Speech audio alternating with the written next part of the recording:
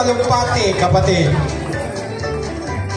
Ay nako, speechless po yata ako ngayon. Sobrang salamat po ng marami sa inyong lahat.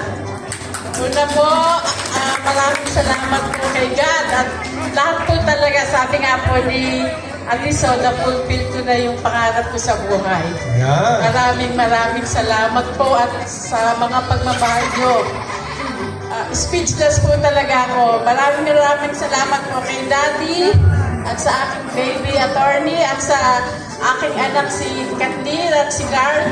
At ang pinaka-best gift po sa akin ay ang apo namin. Yes, Lola! Best gift ever po sa akin. Salamat po ng marami sa lahat.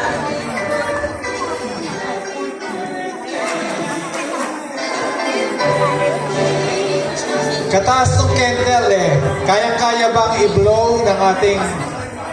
Yan. 1, 2... Ready!